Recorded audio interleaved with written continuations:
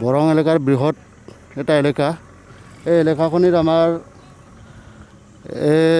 বানপানীৰ সমস্যাৰ কাৰণে এই আলিখন লাষ্টিং নিদিয়ে। সেইকাৰণে আজি আমি ৰাইজে বৰং এলেকাৰ গোটেইখিনি ৰাইজে সকলোৱে আহি আমি আজি শ্ৰমদান কৰিছোঁ। এই শ্ৰমদানৰ কামক দেখি জনপ্ৰতিনিধিসকলে সকলো অসমৰ আমাৰ এই লাই মেকুৰী গালি এইকেইটা জনপ্ৰতিনিধিসকলে অনাগত দিনত এই কামখিনি আগবঢ়াই লৈ যাব বুলি আমাৰ ৰাইজৰ বৰং এলেকাৰ এটা আশাবাদী। এইটো আগতে কিবা আঁচনিৰ পৰা কামটো নিৰ্মাণ কৰিছিলে নেকি? আঁচনিৰ পৰা আগতে নিৰ্মাণ কৰা আছিলে, তথাপিও আমাৰ এই 2014 চনত এটা এনৰেগা কামৰ পৰা নিৰ্মাণ এটা হৈছিলে। তেতিয়া এই পানীৰ অকণমান কিবা পানীৰ সোঁতটো ইয়াত যিটো নেকি সাধুঘাটৰ পৰা ভাঙিলে ইয়াত পানীটো বহুত সোঁতৰ আহি যায়। সেইকাৰণে ইয়াত আলিটো আমাৰ নাথাকে।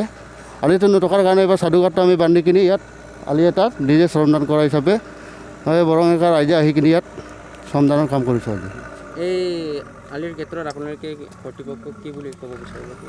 আলিৰ ক্ষেত্ৰত কৰ্তৃপক্ষক আমি ক'ব বিচাৰিছোঁ যে অনাগত দিনত আজি আমি শ্ৰমদান কৰিছোঁ। শ্ৰমদানটো বিশেষ কাৰণত কৰিবলগীয়া হৈছে। ইয়াত 13খন গাঁও, মুঠতে 14খন গাঁও, জাউগুলি, মেচাকি চাপৰি, এই কাংকান চাপৰি, ভুৰীয়া চাপৰি, তেলিজান, মদাৰগুৰি, পিপলগুৰি, কৃষ্ণপুৰ, এই সকলোখিনি গাঁৱৰ কাৰণে আমি ইয়াত এতিয়া ল'ৰা ছোৱালী যিকোনো বেমাৰীসকলক আমি মেডিকেল নিবলৈ বহুত অসুবিধা। সেইকাৰণে আমি ৰাইজে শ্ৰমদান কৰিছোঁ। অনাগত দিনত এই প্ৰতিনিধিসকলে আমাৰ অসমৰ যিটো নেকি প্ৰতিনিধিসকলে এই কামখিনি আগবঢ়াই লৈ যাব বুলি মোৰ আশাবাদী আছে। পোনপ্ৰথমে সকলো সাংবাদিকতা বন্ধুবৰ্গলৈকে ধন্যবাদ জ্ঞাপন কৰিছোঁ। আজি আমি বৰংবাসী বুলিবলৈ আমি প্ৰায় আজি 70 চনৰ পৰা 1970 চনৰ পৰা ইয়াত বসবাস কৰা। এই এলেকাটো আমি চাব গ'লে প্ৰায় আমাৰ 15খনমান বা 20খন গাঁও আছে। প্ৰায় আমাৰ এইটো মেইন ৰাস্তা বুলি ধৰিব লাগে। হয়, আমি হেমৰেগা ৰাস্তাখনক হেমৰেগাৰে নিৰ্মাণ কৰা হৈছিল যদিও বানপানী এলেকাৰ কাৰণে আমাৰ ৰাস্তাখিনি ইতিমধ্যে ৰাস্তাত একো খোজকঢ়া উপায় নোহোৱাত আমাৰ বানপানীত ছিগি গৈছে। এইটোৰ কাৰণে আজি আমি বৰংবাসীৰ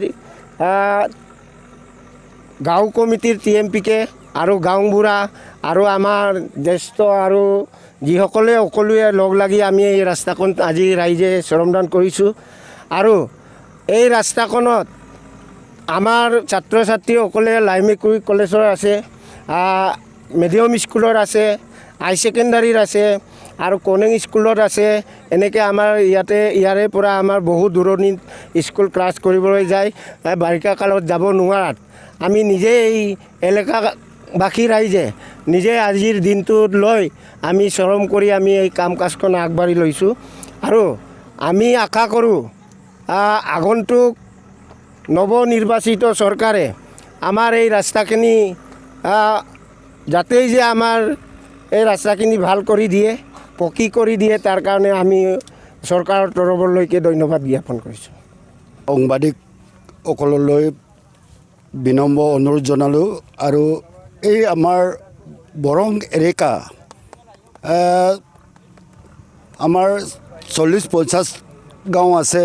এই 40-50 গাঁৱৰ পৰা এই অহা যোৱা কৰিবৰ কাৰণে ৰাস্তা নোহোৱাৰ কাৰণে আজি আমাৰ এই কণ ল'ৰা ছোৱালী আৰু আমাৰ এই যুৱক যুৱতী আৰু গাঁওবুঢ়া আৰু আমাৰ জ্যেষ্ঠ নাগৰিকসকলে আমাৰ গাঁঠিডন ভাঙি আজি এই ৰাস্তা আমাৰ এই যুৱক মৰ্চা আৰু গাঁওবুঢ়াসকলে আহি আৰু আমাৰ জ্যেষ্ঠ নাগৰিকবিলাকে আহি এই ৰাস্তা বনাই আছোঁ। আপোনালোকে নিজে চাওক।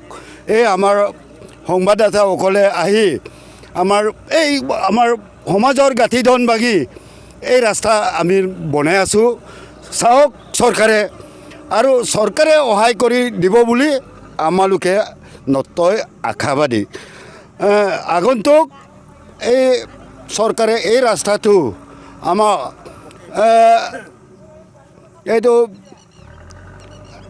প্ৰধানমন্ত্ৰী আঁচনিৰ পৰা এই ৰাস্তাটো আমাৰ 6 কিলোমিটাৰ ৰাস্তা আছে 6 কিলোমিটাৰ তো প্ৰধানমন্ত্ৰী আঁচনিৰ পৰা আমাক এই ৰাস্তা দৰি দিবৰ বাবে চৰকাৰৰ ওপৰত আমালোকে নিয়ন্ত্ৰণ কৰিছোঁ।